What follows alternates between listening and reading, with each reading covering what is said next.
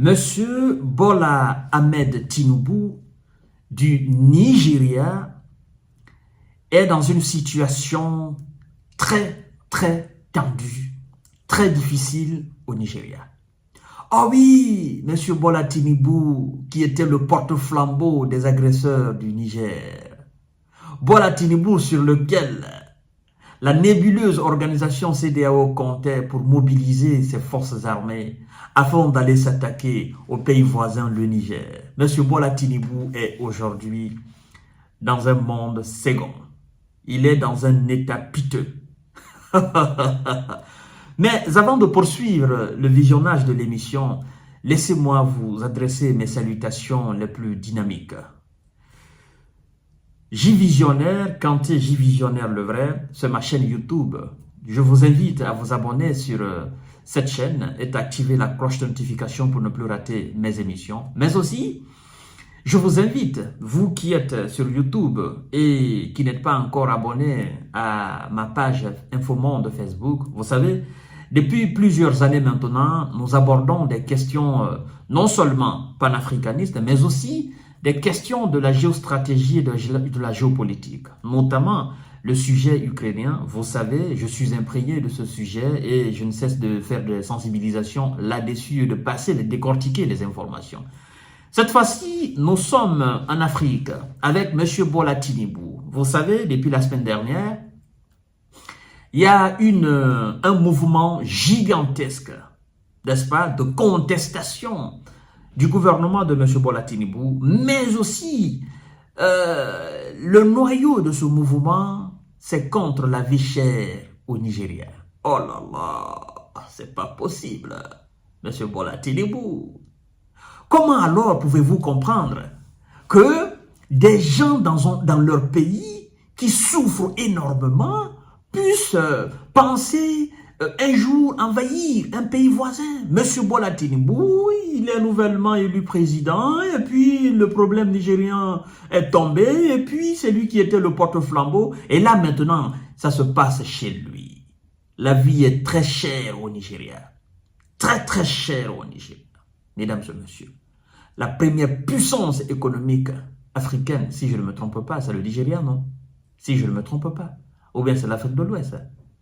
Le Nigeria de M. Bola Tinubu est dans une situation chaotique. Et il a fallu que le vieux lui-même y sorte pour tenir un discours de promesse face à son peuple.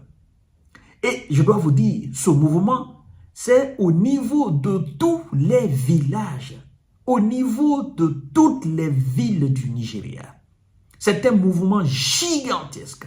Bola Tinubu et ses forces de l'ordre et de sécurité sont débordés. Ils ne savent pas exactement qu'est-ce qu'il faut faire.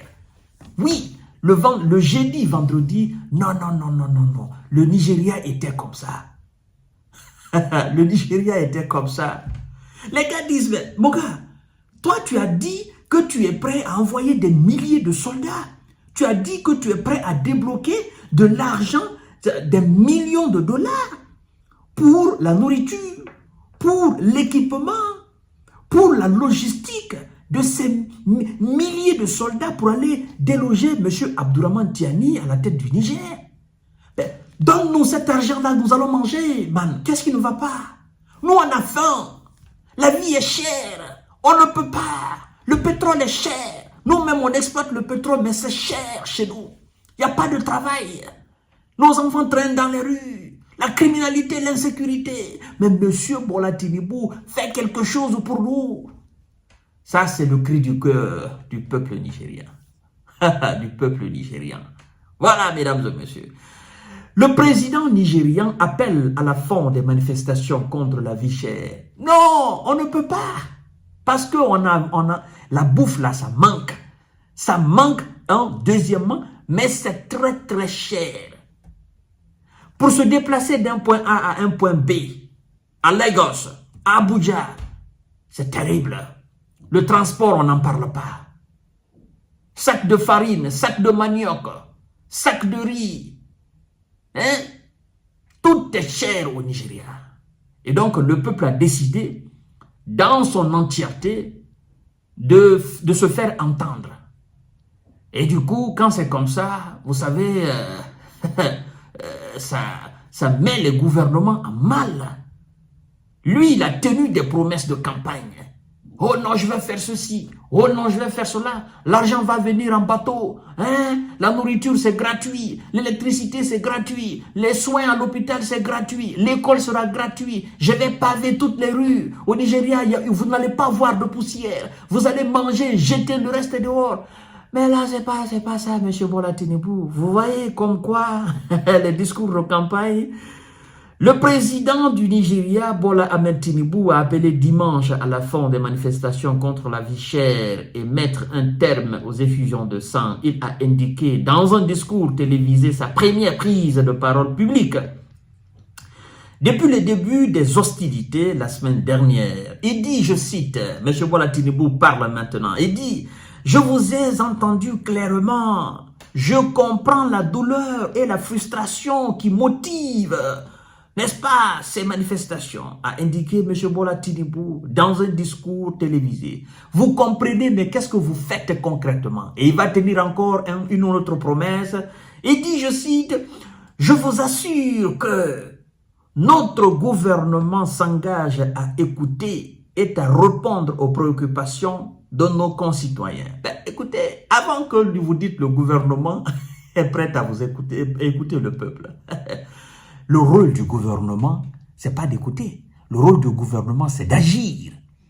Le rôle du gouvernement, c'est-à-dire, ce que le gouvernement doit faire, ça ne doit pas être une pression du peuple. Le gouvernement est censé prendre des initiatives et censé faire des actes afin de rendre la vie beaucoup plus sûre, beaucoup plus fiable, beaucoup plus douce, beaucoup plus simple, beaucoup plus facile aux citoyens. Mais si le gouvernement ne fait rien, c'est qu'on fait, le peuple, par une autre voie, le peuple se fait entendre. Hein.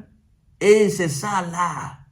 Pendant cette période, vous savez, au Nigeria, tout le monde n'est pas d'accord avec Bola Tinubu. Ça, c'est le karma. Ils ont voulu déstabiliser le Niger. C'est eux qui sont aujourd'hui dans le feu.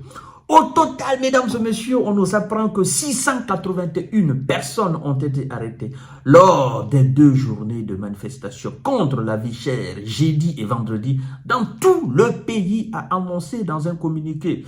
La police et leurs imputés délits criminels tels que voies à main armées, incendie criminel, troubles et destruction de biens publics. Je vous dis, un peuple enragé, un peuple fatigué, s'il se lève, même l'armée la plus puissante au monde ne pourra pas. Non, vous devez savoir que l'armée vient du peuple. Les policiers, les gendarmes, les militaires, ce sont les fils du peuple. À un moment donné, même s'ils répriment, à un moment donné, ils arrêtent. Alors, mesdames et messieurs, ça, c'est le karma du Niger qui est en train de frapper M. Bola Tinubu. Je ne dirais pas le Nigeria. Le Nigeria, c'est le peuple. Nous sommes le peuple. Mais c'est le karma du Niger qui est en train de frapper Bola Tinubu avec ses promesses. Non, nous allons déloger et ses intimidations. Il a pensé que le Niger allait avoir peur. Vous allez voir, M. Tinubu, vous allez lire l'heure.